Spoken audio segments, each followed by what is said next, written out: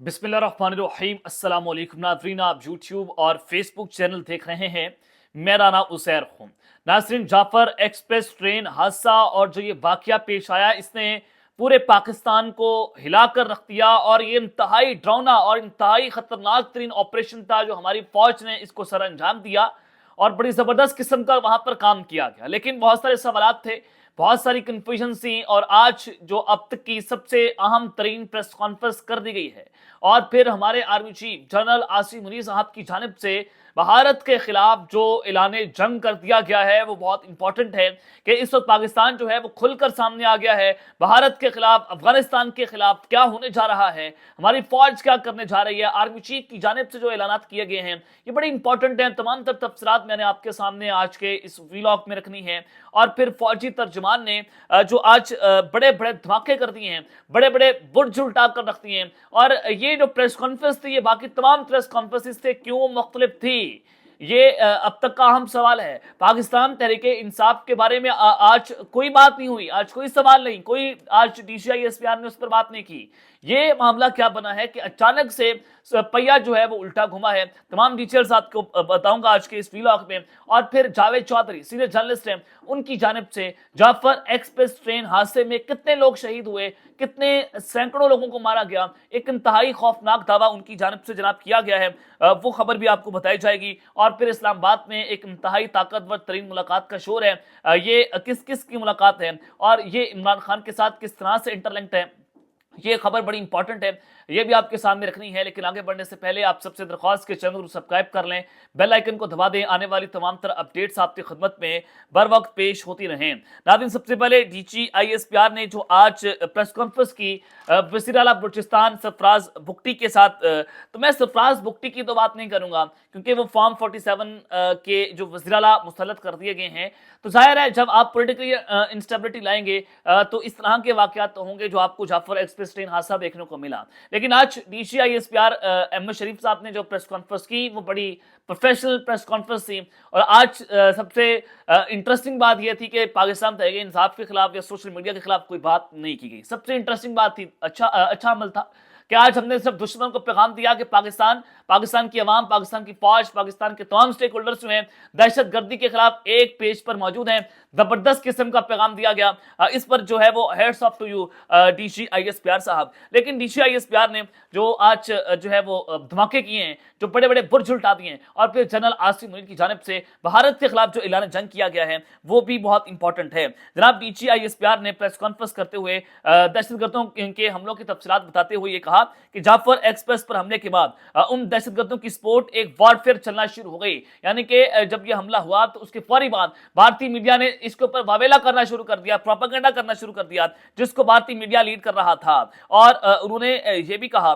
कि दहशतगर्दी के दौरान भारतीय मीडिया भरपूर प्रोपेगेंडा कर रहा था। मसनूई जहानत की मदद से, यानी कि आर्टिफिशियल इंटेलिजेंस की मदद से भारतीय मीडिया रिपोर्टिंग करता रहा। उन्होंने बाकायदा वीडियो चलवाई DCI SPR ने कि ये देखें भारतीय मीडिया यहाँ पर फेक वीडियो चला रहा था, यहाँ पर उन्होंने आर्टिफिशियल इंटेलिजेंस की वीडियो चलाई, यहाँ पर उन्होंने पुरानी वीडियो चलाकर हमारे खिलाफ जो है प्रोपेगेंडा किया। तो इसका मतलब ये था कि पूरा भारत जो है वो यहाँ पर इंगेज था पाकिस्तान में बलूचिस्तान के इस वाक़े के ऊपर।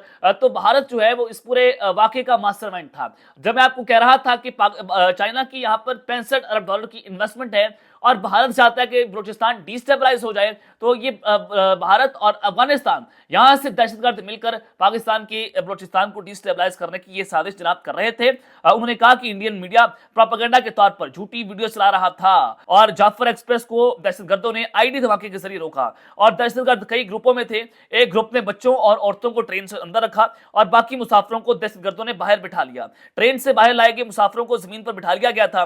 दहशतगर्दों ने इंतहाई मुनज़्ज़म कार्रवाई की और इंतहाई दुश्वार रास्ते का इंतखाब किया और उन्होंने ट्रेन बाकी से कबल दहशतगर्दों ने FC चेक पोस्ट पर भी हमला किया था, जबकि ट्रेन पर हमले के बाद मुसाफिरों को उतारकर टोलियों में तकसीम भी कर दिया गया। उन्होंने जो अफगानिस्तान के हवाले से बात की कि दहशतगर्द कई ग्रुपों में थे।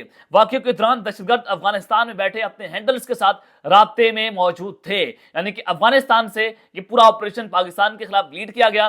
भारत जो है वो वारफेयर मीडिया देख रहा था और ये पूरा एक सारा नेक्सस जो है वो अफगानिस्तान और भारत से मिल रहा है। कुछ यरगमालियों को मौका मिला और वहां से भाग के हमारे स्नाइपर्स ने दहशतगर्दों का ध्यान हटाया, तो यरगमालियों का एक ग्रुप वहां से भागा और फिर दहशतगर्दों ने यरगमालियों के ऊपर अंधाधुंध फायरिंग की, जिसके नतीजे में बहुत सारे मुसाफिर जो हैं वो शहीद भी हुए। ये जनाब कहना था हमारे DCISPR का। लेकिन एक सवाल यहाँ पर यह है कि कामरान शाहिद के इंटरव्यू में उन्होंने कहा था कि कोई यहाँ पर कैजुअलिटी नहीं हुई इस ऑपरेशन के दौरान, लेकिन आज कहा गया कि जब हमने हमारे स्नाइपर्स ने उनको निशाना बनाया, तो जब वो यरगमाली भागे तो दहशतगर्दों ने उनको वहां पर निशाना बनाया और वहां पर जो है वो शहादतें भी हुई हैं। और फिर उन्होंने बताया कि ऑपरेशन कैसे लीड हो रहा था, वीडियोस भी साथ साथ चल रही थी। उन्होंने कहा कि SSC कमांडोज फिर इंजन से ट्रेन में दाखिल हुए और दरार कंपनी ने इंजन के बाद तमाम बोगियों को क्लियर किया और फिर बोगी वाइज सबका जो है वो जनाब ऑपरेशन वहां पर किया गया। तो ये बड़ा जबरदस्त किस्म की आज प्रेस कॉन्फ्रेंस थी। उन्होंने सबको बताया कि किस तरह से ऑपरेशन को लीड किया गया, कैसे पाक फौज, पाकिस्तान की एयरफोर्स, SSG कमांडोज, FC ने मिलकर इस ऑपरेशन को कामयाब बनाया। तो ये जो है वो आज प्रेस कॉन्फ्रेंस थी और उन्होंने बताया कि एथनिसिटी की बुनियाद पर दहशतगर्दों ने हमला किया, यानी कि नस्ल की बुनियाद पर, यानी कि पंजाबियों को अलग किया जा रहा था और ये बताया जा रहा था कि पंजाबी और बलोची एक दूसरे को दुश्मन है।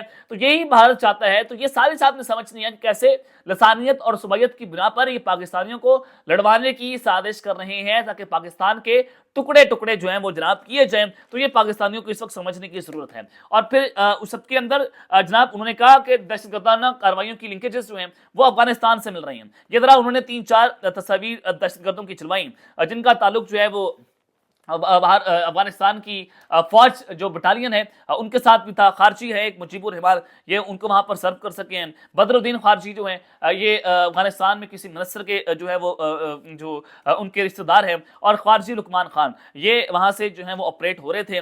उसकी तस्वीर भी आज DCISPR ने चलाई और DCISPR ने कहा कि जो वेपन्स हैं वो अफगानिस्तान से भी इस्तेमाल हुए, बाहर के मुल्क से यहाँ पर वेपन्स लाए गए और जो ईस्टर्न नेबर है वो इस धरने का इस दहशतगर्दाना हमले का वो एक बहुत बड़ा मेन स्पॉन्सर है। उसके बाद उन्होंने फिर वीडियो चलवाई कुलभूषण यादव की और उन्होंने बताया कि कुलभूषण यादव जिस वीडियो में बता रहे हैं कि भारतीय रॉ जो है वो बलूचिस्तान में उसमें अदम इस्तेकाम पैदा करने की साजिश कर रही है और आज़ादी पसंद जो तहरीकें हैं मुझे उनको सपोर्ट करने जो है वहां पर भेजा गया था। ये आज पूरी एक साजिश जो है वो उड़ाकर रखती है। इसका मतलब ये है कि आज बाकायदा तौर पर फौज ने अपनी पॉलिसी वादे कर दी है कि अफगानिस्तान जो है हम जो वहां पर दहशतगर्द हैं हम उनके खिलाफ अपनी जंग लड़ेंगे, हम उनको नहीं छोड़ेंगे। DCISPR ने कहा ना कि रूल ऑफ जो जनाब वॉर के जो रूल है वो तब्दील हो चुके हैं, अब हमने अपने तौर पर आना है, अब हमने सामने आना है। और जो वो जनाब बताया गया था कि 100 या 200 के करीब जो वहां पर ताबूत पहुंचाए गए हैं उसकी तरदीद या तस्दीक आज की प्रेस कॉन्फ्रेंस में नहीं की गई। मिसिंग पर्सन के हवाले से वहां पर सवाल हुआ कि क्या मिसिंग पर्सन और बलूचिस्तान में जो ये दहशतगर्दी हो रही है क्या ये आपस में इंटरलिंक कर रही है। तो वज़ीर-ए-आला सरफराज भुगटी ने ये बताया कि ये फोर्स डिसअपेयरमेंट होती है, ये पाकिस्तान की फौज के खिलाफ या रियासत के खिलाफ ये प्रोपेगेंडा टूल के तौर पर इसको इस्तेमाल किया जा रहा है। दहशतगर्द जो हैं उनका मिसिंग पर्सन से कोई ताल्लुक नहीं है, ये सिर्फ पाकिस्तान को तोड़ने की साजिश है। फिर DCISPR ने इसके ऊपर जवाब दिया कि इस इशू पर एक कमीशन बना हुआ है जो 2011 से इस पर काम कर रहा है, आप उस कमीशन में जाएं, अपनी रिपोर्ट दर्ज करें। लेकिन सवाल ये है कि क्या ये कमीशन हमारी बात सुनेगा, क्या ये कमीशन जो है वो किसी को इंसाफ देगा, ये सवाल भी अपनी जगह के ऊपर जो है वो खड़ा हुआ है। लेकिन उन्होंने ये भी कहा कि BLA में कौन लोग हैं, क्या आज तक BLA ने ये लिस्ट क्यों जारी नहीं की कि इसमें ये लोग जो है वो शामिल हैं। खारजियों ने आज तक अपनी लिस्ट जारी क्यों नहीं की कि इसमें इस हमारी लिस्टों के अंदर ये लोग जो है वो शामिल हैं।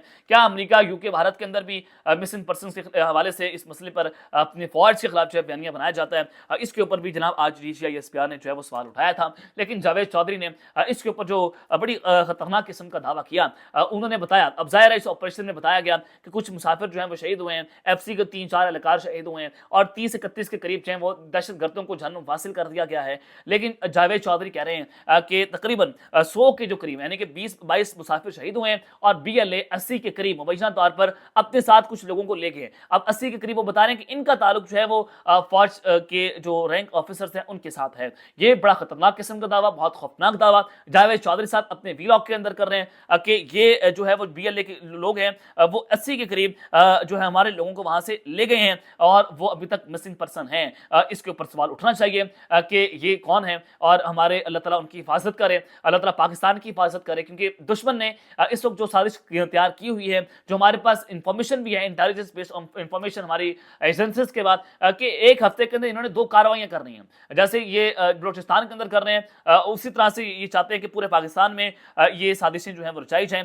تو ایک جانب تو جناب یہ صورتحال ہے، اور پھر دوسری جانب اسلام آباد میں جو طاقتور ترین ملاقات کی گونج ہے وہ ذرا آپ خبر سن لیں کہ جسٹس سردار اعجاز اسحاق خان نے عمران خان کو 2 بجے ویڈیو لنک کے ذریعے پیش کرنے کا حکم دیا، لیکن نہیں ہو سکے۔ پھر 3 بجے انہوں نے کہا کہ ذاتی حیثیت میں طلب کیا جائے، تو وہاں پر سرکاری وکیل نے بتایا کہ ہم نے IG اسلام آباد سے بات کی ہے کہ عمران خان کو فزیکلی طور پر یہاں پر سیکورٹی کی بنا پر پیش نہیں کیا جا سکتا، اور پھر انہوں نے یہ بتایا کہ ہم نے اڈیالہ جیل بات کی تو اڈیالہ جیل میں لنک جو ہے وہ ڈاؤن ہے، تو لہٰذا عمران خان کو ویڈیو لنک کے ذریعے پیش نہیں کر سکتے۔ یعنی کہ خوف تو ہے عمران خان کی تصویر کا کہ عمران خان بولے گا، عمران خان کی تصویر آئے گی تو بہت ساری چیزیں جو ہے کلیئر ہو جائیں گی کہ عمران خان جو ہے وہ جیل میں ڈٹ کر کھڑے ہوئے ہیں۔ تو اب جناب جو ہے وہ جسٹس سردار اعجاز اسحاق خان نے آؤٹ آف نو وے جا کر بڑا انوکھا قسم کا جو ہے وہ انہوں نے آرڈر جاری کیا ہے، اور انہوں نے اپنی جو لا کلرک ہیں سکینہ بانو، ان کو عمران خان سے کل اڈیالہ جیل جا کر ملاقات کرنے کی ہدایت جاری کر دی ہے، اور یہ پوچھا جائے گا کہ ان کا مشار یوسف زئی سے ملاقات کرنے کے حوالے سے کیا موقف ہے، اور اس موقف پر پھر وہ عدالت کو آگاہ کریں گے،